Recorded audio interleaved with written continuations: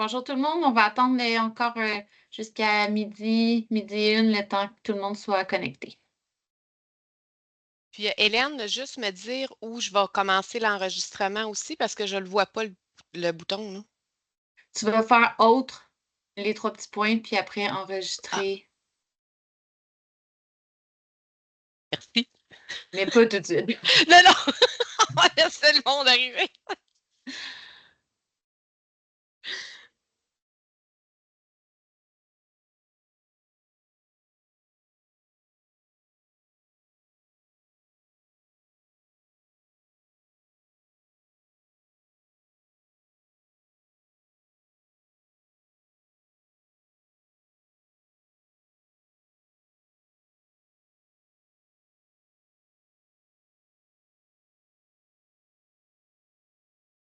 Encore une petite minute avant de débuter.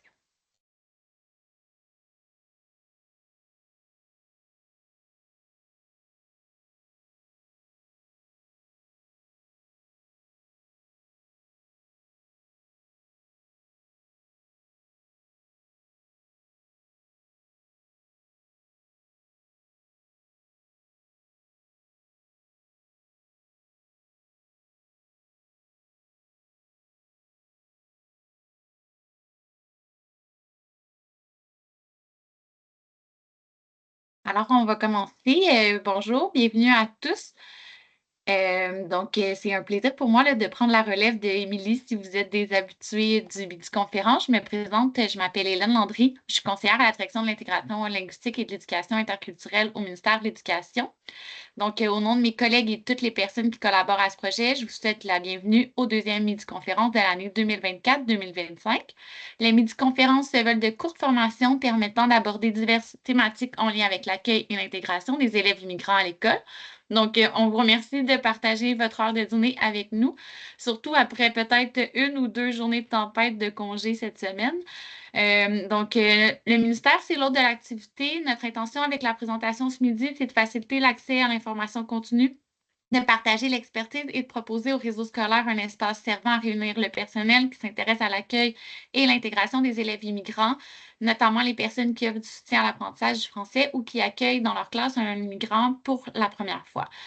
Il est important de souligner que ce midi-conférence sera sous une forme différente de celle à laquelle vous êtes peut-être habitué, c'est-à-dire qu'il sera sous une forme d'entrevue et sans présentation PowerPoint.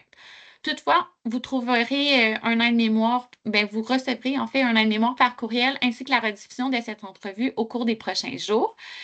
Aujourd'hui, Janie, qui est également conseillère à la DILEE, aura la chance de mener une entrevue avec Steve Masson sur la mémoire de travail et le risque de surcharge chez les élèves en intégration linguistique scolaire et sociale. Donc, je vous présente notre conférencier de ce midi, Steve Masson, qui est professeur à l'Université du Québec à Montréal et co-directeur du laboratoire de recherche en neuroéducation. À l'aide de l'imagerie par résonance magnétique fonctionnelle, il étudie les mécanismes cérébraux liés aux apprentissages et à l'enseignement. Il a publié les livres Activer ses neurones pour mieux apprendre et enseigner, ainsi que le livre Développer des compétences, comment mieux utiliser son cerveau aux éditions Odile Jacob. Je vous donne quelques consignes d'usage là, pour vous familiariser avec le déroulement de ces midi-conférences-là. La capsule est enregistrée déjà en ce moment. Habituellement, on parle l'enregistrement, mais désormais, l'enregistrement est déjà commencé. Donc, vous avez dû probablement accepter ou non si vous vouliez être filmé, parce que comme ça sera rediffusé, vous avez le droit de fermer votre caméra. Ensuite, si vous avez des questions au cours de la conférence, n'hésitez pas à la mettre dans les questions-réponses du Teams. Les questions seront conservées pour la discussion après la fin de l'enregistrement, c'est-à-dire autour de 12h45. Et sinon, on vous donnera aussi la parole pour un petit 15 minutes de questions. Et si jamais on n'a pas la chance de répondre à vos questions, on vous encourage à poser à vos conseillères et conseillers pédagogiques ILSS ou SAFA. Sans plus tarder, je vous présente Janie et Steve Masson pour laquelle l'entrevue débutera. Merci d'être là, vous deux, et bonne entrevue. Merci beaucoup, Hélène. Donc, d'entrée de jeu, vu on est quand même serré dans le temps et que le sujet est vaste et vraiment intéressant, on va se lancer tout de suite. Premièrement, aussi au nom de mes collègues, moi, je tiens vraiment à vous remercier d'être présents aujourd'hui. Le mois de février dans les écoles, c'est un gros mois, hein, les bulletins, le froid en plus cette année là, qui nous attaque. C'est parfois des rencontres de parents aussi, la relâche qui s'en vient. Donc, merci de prendre le temps d'être avec nous aujourd'hui. Merci aussi, M. Masson, de venir partager votre expertise pour un sujet qui est en vogue, mettons, qui est en vogue et tellement intéressant. Donc, pour ceux qui me connaissent un peu plus, avec qui je travaille en proximité, vous connaissez mes deux grandes passions, donc le fonctionnement du cerveau dans l'apprentissage et les élèves en processus d'intégration en linguistique scolaire et sociale. Donc, aujourd'hui, moi, je suis vraiment heureuse d'être ici aujourd'hui. Donc, pour commencer, M. Masson, parce qu'on veut s'assurer d'une compréhension commune, dans le fond, est-ce que vous pourriez nous aider à comprendre ce qu'on entend par le concept de mémoire de travail? Puis on le sait qu'on a un programme de formation à l'École québécoise qui est axé sur le développement de compétences. Fait que, pourriez-vous nous aider un peu à faire les liens entre mémoire de travail puis justement là, tout ce qui est le développement de compétences, s'il vous plaît? Oui, avec plaisir. Merci pour Merci. l'invitation, hein. Puis, félicitations d'être ici sur l'heure du midi comme ça. C'est vrai, hein, le contexte est particulier aussi, là. Il y a eu les tempêtes, il y a eu le froid, il y a eu les imprévus. Et les imprévus, ça peut influencer la mémoire de travail jusqu'à un certain point. En tout cas, bref, je suis bien content que vous soyez là. C'est quoi juste la mémoire de travail? OK? Ben, vous avez déjà entendu parler de la mémoire de travail, très probablement. OK? Mais qu'est-ce que c'est exactement? Ça fait partie, en fait, de la famille qu'on appelle les fonctions exécutives. Hein, les fonctions exécutives, c'est des capacités de notre cerveau, des capacités de haut niveau qui nous aident à réfléchir, contrôler nos pensées quand on a besoin d'atteindre un objectif. Donc, assez souvent, quand on fait une tâche qui n'est pas automatique, qui n'est pas facile, qui n'est pas habituelle, on va avoir besoin des fonctions exécutives pour contrôler nos pensées. Et la mémoire de travail, ça fait partie des fonctions exécutives, hein. Il y a, comme fonction exécutive, on parle souvent aussi du contrôle inhibiteur, de la flexibilité cognitive. Mais la mémoire de travail, c'est non seulement une fonction exécutive, mais c'est une fonction exécutive vraiment fondamentale et très, très importante. OK? C'est quoi au juste la mémoire de travail? Dites-vous, c'est comme un espace de travail mental qui nous permet d'accomplir des tâches, de réfléchir. Un espace de travail mental, en fait, qui sert essentiellement à deux choses. Activer et maintenir en tête des idées, mais aussi manipuler ces idées-là. Manipuler, ça veut dire essayer d'établir des liens, utiliser certaines connaissances. Donc, la mémoire de travail, c'est vraiment à chaque fois que vous pensez à quelque chose, que vous parlez dans votre tête, que vous voyez des images, ben, c'est des éléments présents dans la mémoire de travail. Et quand on accomplit une tâche, on a besoin de mettre des choses dans sa tête, on a besoin de réfléchir, on a besoin d'imaginer des pistes de solutions. Et tout ça, c'est la mémoire de travail qui est impliquée. Une bonne façon de comprendre ce qu'est la mémoire de travail aussi, c'est de la distinguer de la mémoire à long terme.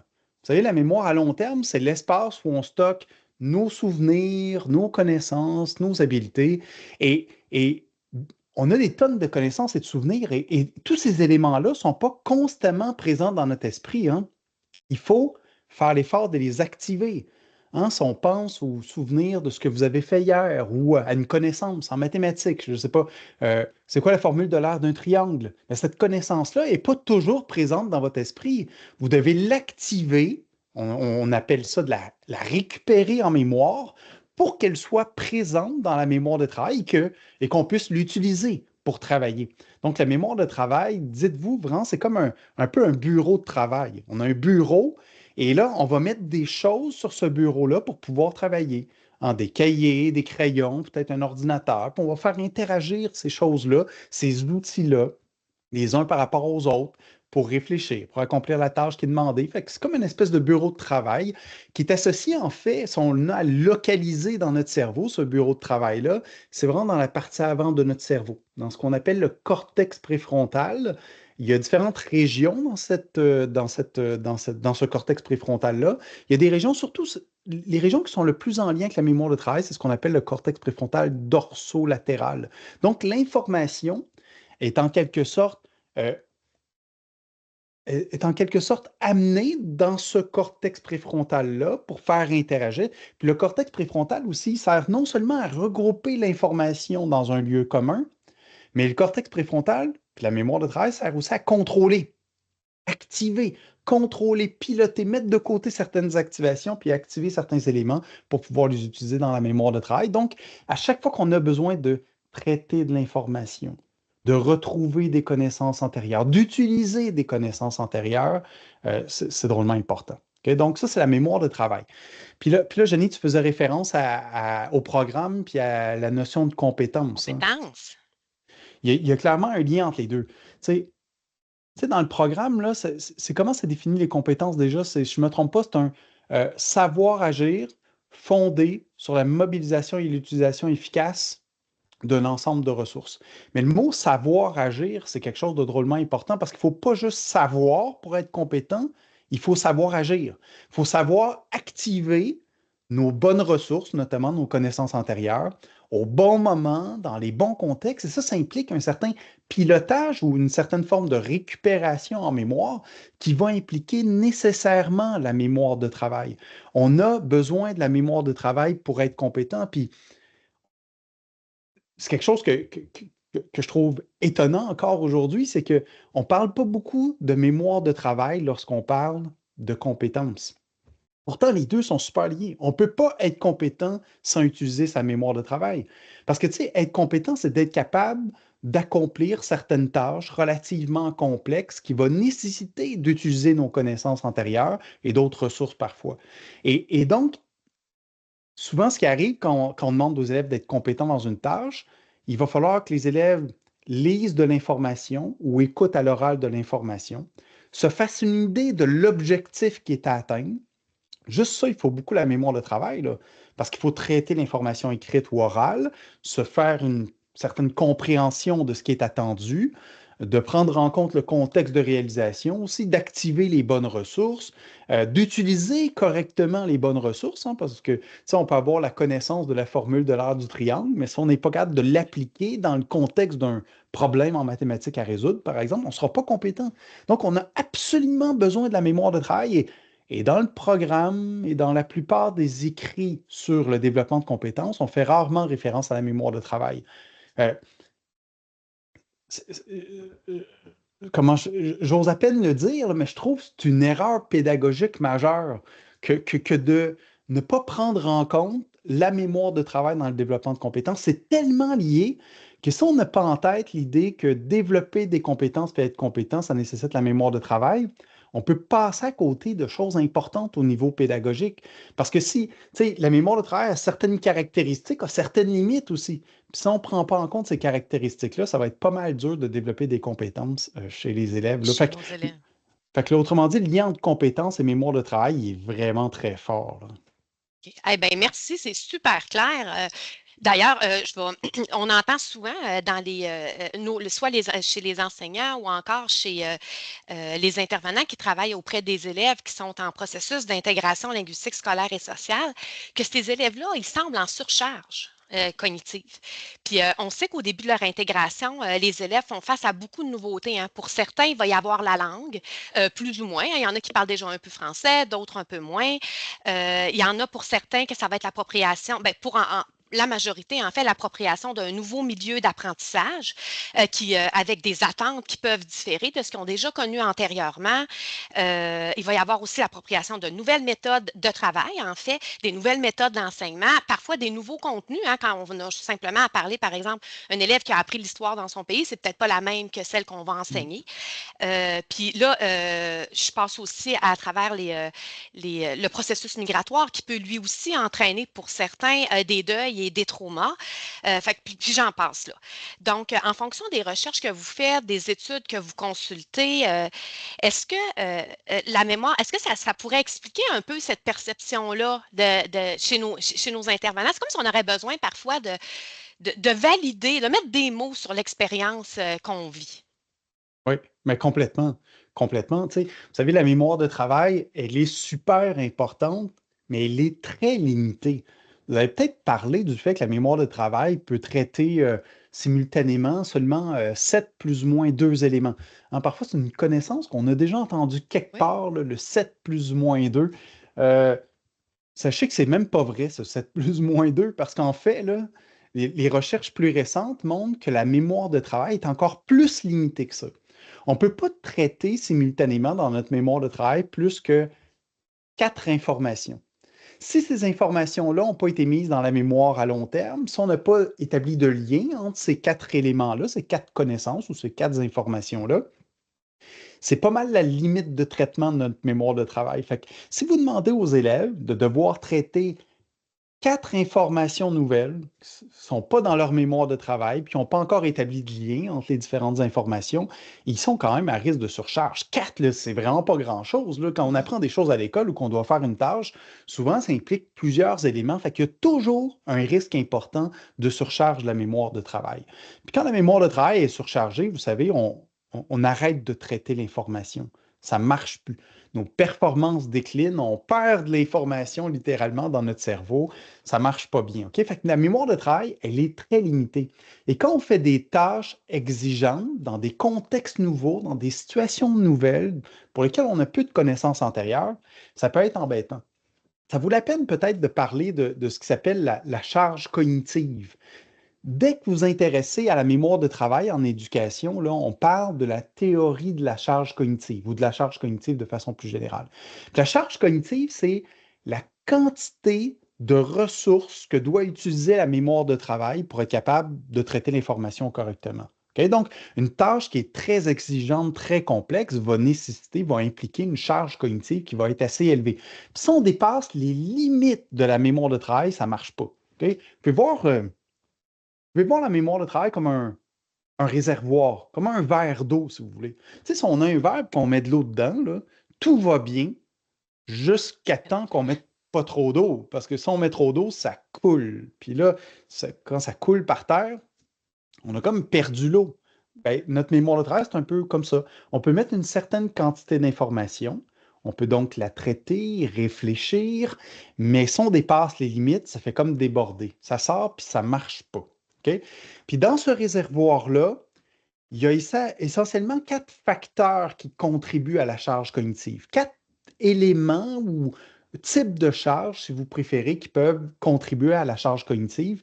Et là, vous allez voir qu'il y a beaucoup de liens avec des élèves en situation d'intégration linguistique. Parce que euh, le premier élément, c'est ce qu'on appelle la charge interne, qui est celle qui est liée à si une tâche nous demande d'activer nos connaissances antérieures, qui sont à l'intérieur de notre cerveau, ça va impliquer une certaine charge cognitive de retrouver l'information, d'utiliser notre connaissance antérieure, ce qu'on appelle la charge interne. Donc, c'est un peu en lien avec les préalables nécessaires à une tâche. On fait une tâche, on va avoir besoin de ressources. Est-ce que ces ressources-là vont beaucoup surcharger la mémoire de travail ou pas? Mais dans un contexte où on travaille dans une langue qui n'est pas notre langue maternelle, une langue qui est donc moins consolidée, qu'on travaille en français, en mathématiques ou dans n'importe quoi, il va falloir lire des choses, il va falloir entendre des explications orales, et ça, pour être capable de comprendre puis traiter correctement l'information, il faut avoir la signification des différents mots, puis il faut l'avoir idéalement automatisé. Fait que, bref, les élèves en situation d'intégration linguistique, il y a cet élément-là, puis c'est pas juste le vocabulaire puis le langage. Hein. Janie, tu l'as bien dit tantôt, ça peut être plus large que ça. Ça peut être les règles de fonctionnement qu'on a, ça peut être les particularités nouvelles de ce nouvel environnement dans lequel on se situe. Tout ça n'est pas habituel. Et quand ce n'est pas habituel, ça provoque une charge interne plus élevée. Donc, pour toutes ces raisons-là, la charge interne va avoir tendance à être plus élevée. Il y a un autre élément aussi qu'on appelle la charge de décodage. Si on entend de l'information ou qu'on a à accomplir une tâche, il faut traiter de l'information qui sont présentées d'une certaine façon. Il faut décoder l'information. Mais c'est dur de décoder l'information si on a de la misère avec la structure de la langue, avec la façon dont les éléments sont présentés, s'ils sont présentés de façon inhabituelle ou dans une autre langue, dans une langue avec laquelle peut-être l'automatisation de notre capacité à récupérer en mémoire la signification des différents mots, tout ça, ça contribue. Puis il y en a un autre, tu faisais référence au fait que, tu sais, quand on est en situation d'intégration linguistique, on est dans un nouvel environnement. Souvent, il y a des enjeux aussi où, hey, je ne suis pas à ma place habituelle, je ne suis pas dans mon environnement habituel, je ne suis pas avec mes amis habituels. Peut-être qu'il y a des enjeux familiaux aussi difficiles avec lesquels on doit gérer. Et tout ça, ça peut provoquer du stress, de l'anxiété, des préoccupations qui occupent en quelque sorte la place dans la mémoire de travail. Fait que si on est un élève préoccupé par plein d'autres choses que l'école, que les savoirs qu'on intègre à l'école, que les compétences qu'on développe à l'école, ben, c'est comme ça, en quelque sorte, notre mémoire de travail ne pouvait pas pleinement se concentrer sur les apprentissages scolaires parce qu'une partie du traitement de l'information va penser à qu'est-ce qui se passe chez nous, qu'est-ce que je vais faire, où est-ce que je vais m'en aller, comment je vais interagir avec les autres. C'est pas nécessairement évident. Fait que, tu sais, donc, puis il y a un dernier élément pour terminer là-dessus qui contribue à la charge cognitive aussi, c'est ce qu'on appelle la charge nécessaire. Quand on fait une tâche, il faut nécessairement utiliser sa mémoire de travail. Ça va être la partie, dans le fond, de la charge qui est liée à faire la tâche. Mais si la charge interne, la charge de décodage, la charge environnementale, puis celle liée au stress est très élevée, on n'aura probablement pas assez de place dans notre mémoire de travail pour faire la tâche qui est demandée. Même si en théorie, on serait capable de faire, si notre mémoire de travail est surchargée, ça ne marche pas. Fait que oui, le risque de surcharge, pour plein de raisons, est beaucoup plus élevé dans ce contexte particulier d'intégration linguistique et conséquemment, l'enjeu de la mémoire de travail est toujours important, je dirais, mais il est encore plus important dans votre contexte. Ouais. OK. Eh bien, merci. Fait que là, on a vraiment des mots sur ce qu'on vit, puis on va être capable de l'expliquer pourquoi. Là, c'est pas juste une impression là, comme ça. Complètement, Fait complètement. que là, Ouais. ben, c'est le fun parce que là, vous venez de nous parler de nos élèves, mais tu sais, on imagine que c'est comme ça pour tous les autres élèves, là. Tu sais, Ben pour oui. un élève qui pourrait vivre une situation problématique aussi ou familiale ou quelque chose. Mais mettons concrètement, là, tu sais, comme prof, là, on accueille des élèves, mais y a-t-il des situations scolaires où ce qui existe un risque important de surcharge? Tu sais, peu Oui. importe là, nos élèves immigrants, mais tu sais, quand tu dis, oh, ouais, cette situation-là pourrait générer un risque de surcharge. Est-ce que toujours, je dirais? Mais non, il y a des Oui, situations, c'est pire que d'autres, là. Mais tu sais, dès qu'on demande quelque chose aux élèves qui est relativement complexe, c'est presque toujours le cas. oui, Si on doit lire un texte, par exemple, c'est complexe la compréhension en lecture parce qu'il faut savoir décoder les mots, accéder au sens, faire des liens entre les mots. Quand on demande d'écrire un texte, ça aussi, c'est exigeant pour la mémoire de travail, puis il y a un risque de surcharge. Parce que si on doit écrire, hey, ça veut dire qu'il faut gérer des idées dans notre tête, les organiser, les transcrire par écrit en utilisant des mots. Si on utilise un crayon, en manipulant le crayon, puis en organisant, en essayant pas trop de faire de fautes d'orthographe puis de grammaire en cours de route, tout ça nécessite énormément la mémoire de travail quand on a besoin de résoudre des problèmes en mathématiques aussi. Il va falloir traiter l'information, puis bref, plus la tâche qu'on demande aux élèves est complexe, plus elle nécessite de traiter plusieurs informations simultanément, plus il y a un risque de surcharge.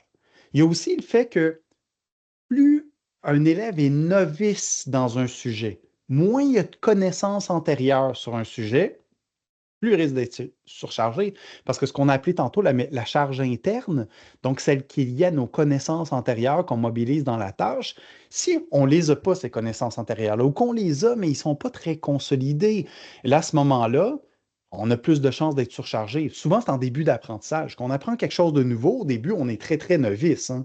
Et conséquemment, les risques qu'on se retrouve en état de surcharge sont très élevés quand on connaît assez bien un sujet, quand on a déjà des points de repère.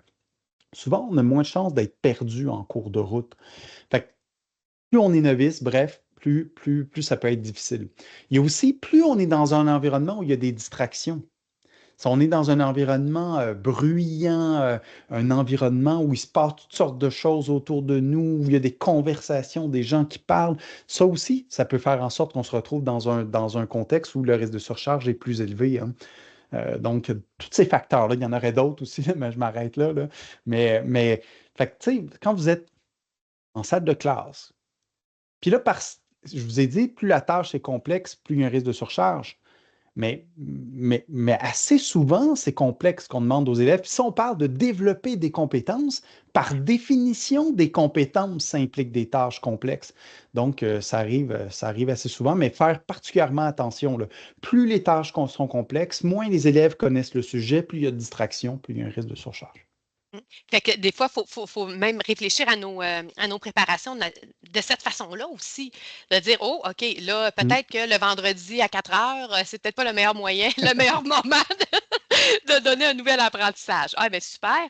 Mais là, concrètement, là, dans le cerveau, là, si on va vraiment dans le cerveau de nos apprenants, qu'est-ce qu'on peut observer? Parce que, tu sais, on le sait qu'on n'est pas Ouais. capable de l'ouvrir non plus, là, le cerveau, on n'est pas rendu là. Vous avez votre laboratoire, là. Ah, Je bon, l'ai, je l'ai hein? Ah, ouvert, OK? génial, Je l'ai ouvert, il est là, là. super. Donc, c'est ça. Qu'est-ce qu'on peut observer?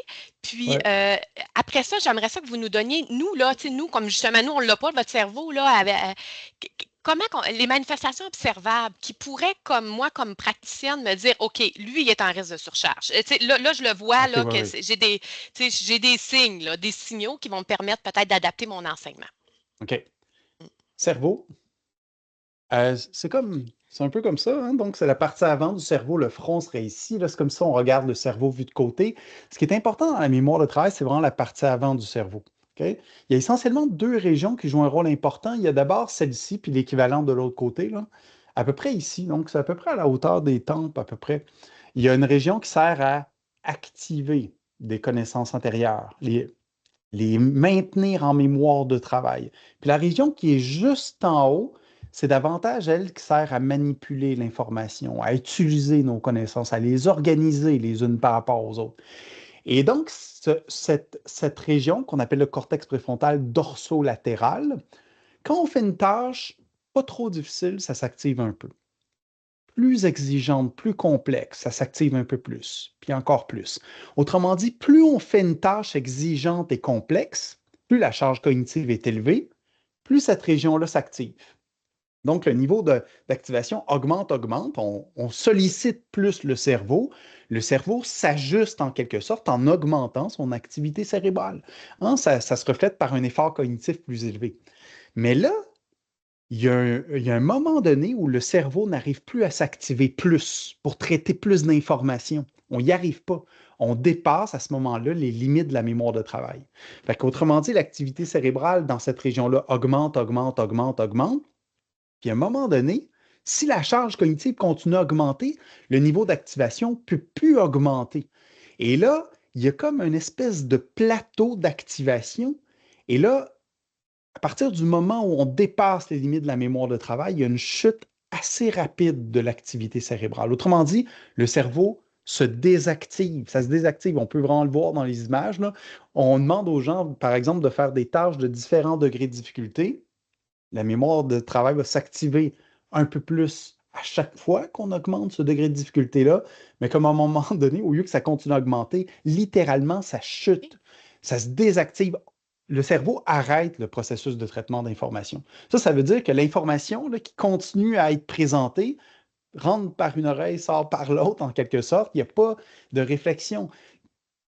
Tu sais, c'est comme si, je sais pas, vous êtes vous écoutez quelqu'un parler comme moi, mettons, puis là, vous traitez l'information, vous comprenez ce qui est dit, mais si à un moment donné, vous ne comprenez plus rien, Ah oui. littéralement, vous décrochez. Tu sais, vous entendez que la personne continue à parler, mais vous comprenez absolument plus rien de ce qui est dit. On peut tous se retrouver dans cet état de surcharge cognitive, mais vous imaginez des élèves en situation d'intégration linguistique où là, ils essayent de suivre ce qui est demandé par l'enseignant, ils essayent de suivre ce qui est demandé dans un document de travail par écrit, par exemple. Le risque de surcharge est super élevé. Fait que si jamais vous n'avez pas d'appareil d'imagerie cérébrale dans votre classe, OK? Vous ne pourrez évidemment pas noter cette baisse de l'activité cérébrale, mais il y a vraiment plein de choses qu'on peut voir. Moi, je pense que probablement la façon la plus évidente pour les enseignants de voir qu'un élève est en surcharge, là, c'est quand l'élève, il semble complètement perdu, qu'il dit un peu n'importe quoi, puis ça vous décourage un peu. Quand ça vous décourage un peu, c'est peut-être un signe, OK? Je ne sais pas, vous demandez à l'élève de lire un texte, puis là, vous posez des questions, puis vous vous rendez compte qu'il n'y a rien de rien compris du tout. Là. C'est comme s'il n'avait rien fait. Puis là, vous dites, ah, l'élève a des problèmes en lecture, possiblement, là, mais c'est probablement que sa mémoire de travail était surchargée quand il faisait la lecture. Fait qu'il voyait les mots, mais établir, accéder au sens de ces mots-là, établir des liens entre les mots, comprendre le sens de ce qu'on est en train de lire, ça ne marchera pas.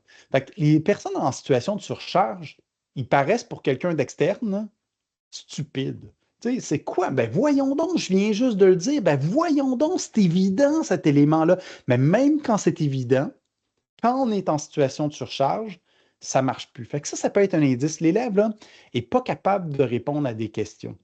Ça vous surprend à quel point ça n'a pas d'allure. Je viens juste de le dire, puis l'élève n'a pas compris. Ça peut être des éléments. Tu sais. Un autre élément aussi, puis là, il faut faire plus attention, je dirais, là, c'est quand les élèves ne sont pas attentifs. Ils peuvent être inattentifs pour plein de raisons. Mais des fois, une des raisons, là, c'est que leur mémoire de travail est surchargée. Ils écoutent, puis ils ne comprennent plus rien. Quand tu ne comprends plus rien, tu n'as plus le goût d'écouter. Fait que là, tu te mets à faire autre chose, tu te mets à parler, tu te mets à regarder dehors, tu te mets à regarder les affiches sur les murs.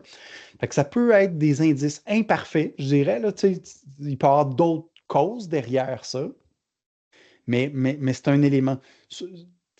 Quand les élèves vous surprennent à quel point ils n'ont pas compris quelque chose, c'est d'une fois que c'est pas juste qu'ils n'écoutaient pas, c'est pas juste qu'il leur manque certaines connaissances, des fois c'est qu'ils étaient surchargés dans leur mémoire de travail.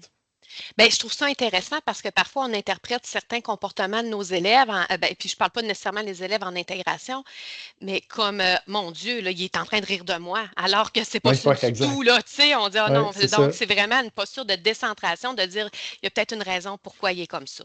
Oui, puis je trouve Euh, ça important cet aspect-là parce que, tu sais, si on n'a pas conscience que la mémoire de travail peut être surchargée, quand quelqu'un ou nous-mêmes, on fait quelque chose d'un peu malhabile là, ou qui paraît stupide en apparence, là, ben, la conclusion, c'est quoi? C'est de dire l'élève, hey, vraiment, là, il n'est pas capable de faire ça, il n'a pas la capacité d'y arriver. Ou soi-même, on peut se dire, hey, moi, je suis vraiment pas bon, je ne suis pas assez intelligent pour mm, faire la tâche, je ne suis pas assez bon dans.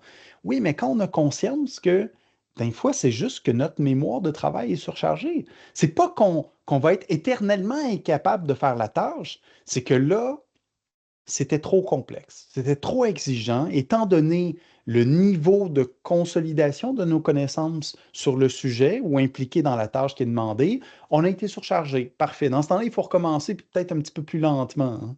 Mm. oui, non, oui, puis c'est vrai que des fois, hein, on a un programme à passer, on sait que nos programmes sont chargés, hein, Ben fait qu'on oui, est pris entre les deux, c'est hein, la sûr, mémoire est c'est pleine, sûr. mais on continue à la remplir parce que parce qu'il faut passer à travers le Puis programme. c'est un équilibre super difficile entre essayer d'aller vite dans le programme puis s'assurer de ne pas surcharger la mémoire de travail des élèves en cours de route. Oui.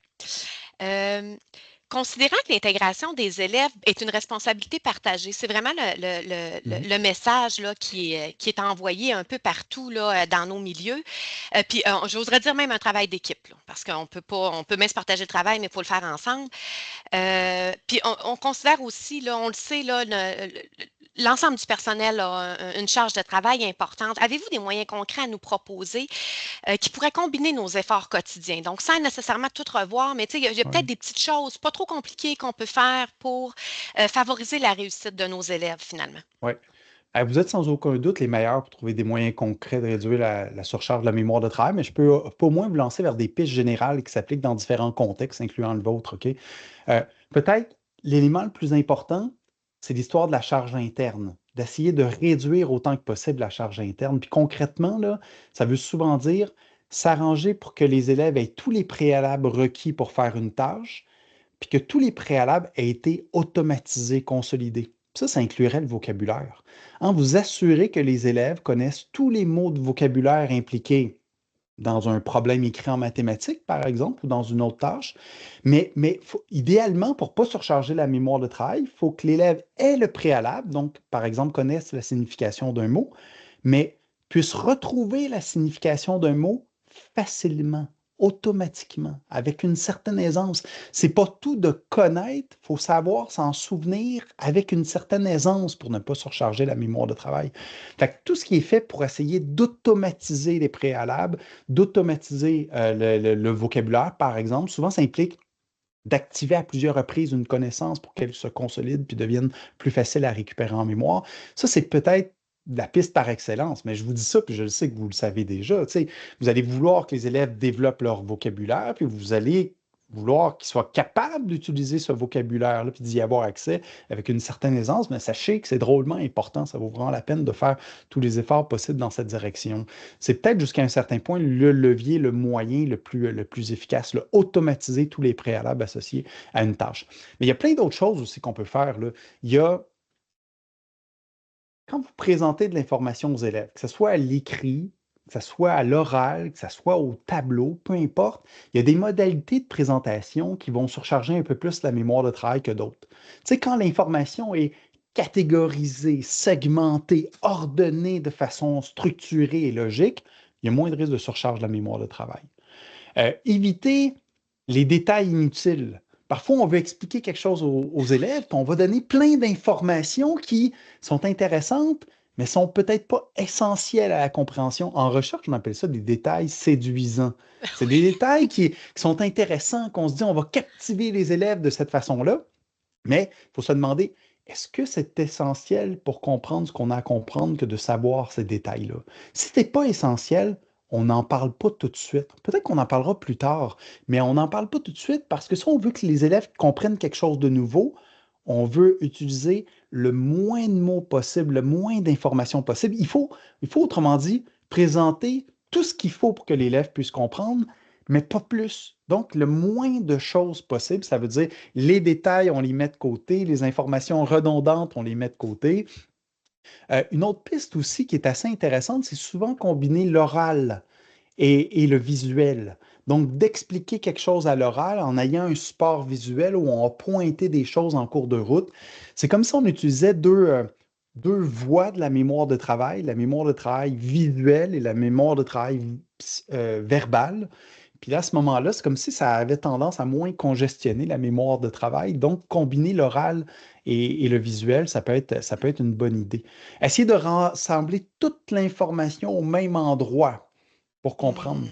Si l'information se retrouve dans différents documents, je ne sais pas, on a un problème sur une feuille, on a une partie de l'information ailleurs dans un autre document, puis il faut regarder en plus au tableau puis sur une affiche qui est sur le mur.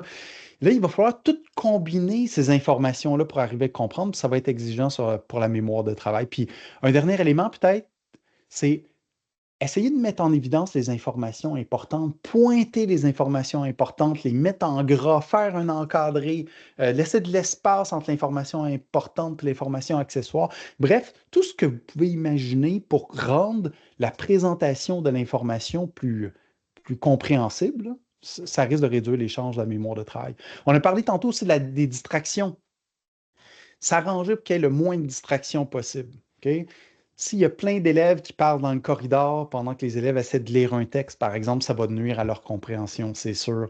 Quand il y a des distractions sur les murs même, tu sais, on a tendance à mettre des affiches sur les murs dans une classe. Ben, sachez que des fois, ça peut devenir une source de distraction parfois, là. Vous pouvez regarder, hein, si vous avez l'impression que les élèves, des fois, les regardent alors qu'ils sont supposés de faire une autre tâche, ça peut être un indice. Donc, réduire les distractions sonores, réduire les distractions visuelles, puis essayer de réduire le stress et l'anxiété aussi. Tu sais, si, admettons, on est un élève préoccupé par nouveaux contextes d'apprentissage, nouvelles langues, nouveaux quartiers, nouveaux amis, euh, trop de stress, vous savez, j'en parlais tantôt, ça va occuper de la place dans la mémoire de travail. Fait que, tu sais, tout ce que vous pouvez faire pour que les élèves soient plus relax, là, soient plus zen, créer un bon climat de travail, que les élèves se sentent bien en salle de classe, qu'ils ne se sentent pas jugés, qu'ils sentent qu'ils progressent, qu'on leur demande de faire des tâches qui sont d'un degré de difficulté raisonnable, tu sais, où ils vont vivre certains succès, ce qui risque de leur donner confiance.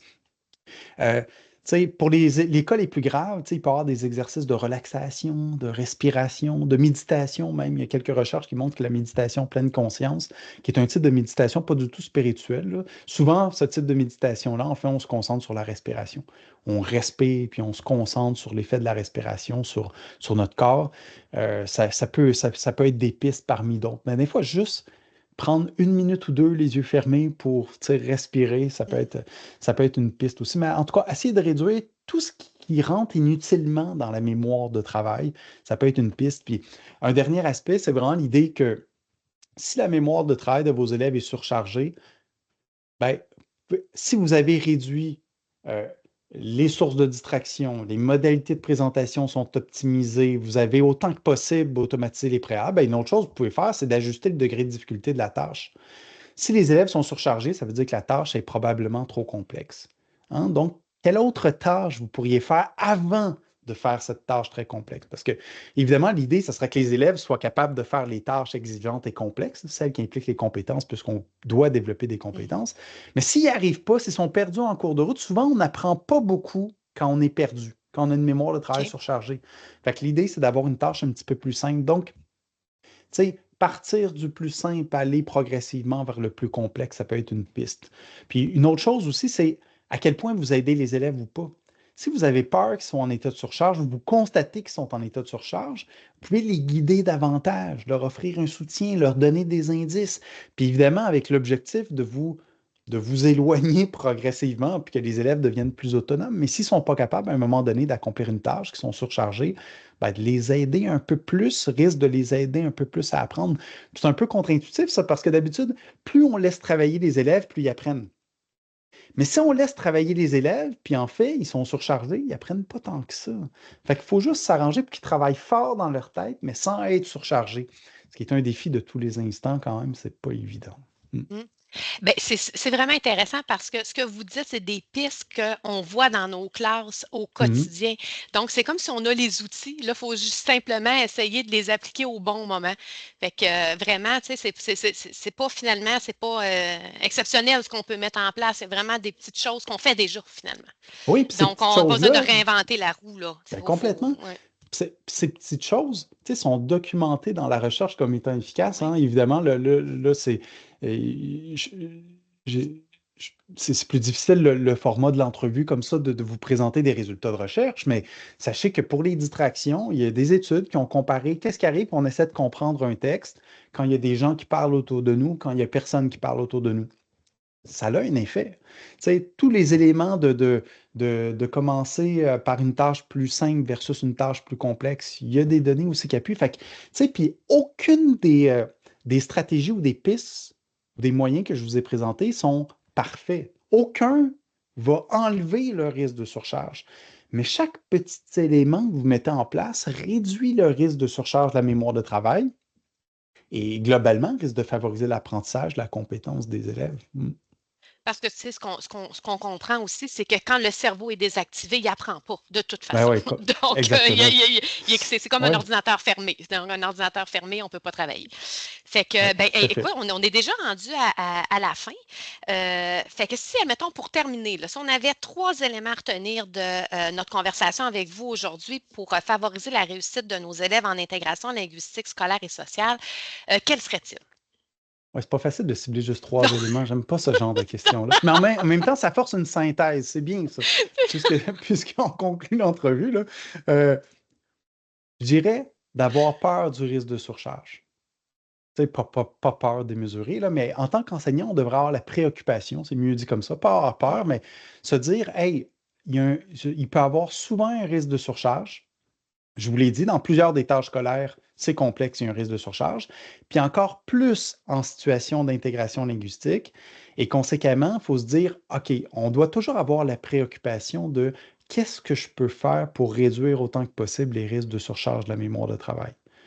Euh, puis, puis, le premier élément, dans le fond, c'est il y a un risque de surcharge qui est omniprésent. Puis le deuxième élément, en fait, c'est dans le contexte où ce n'est pas notre langue première, où c'est un environnement, le risque de surcharge est encore plus grand.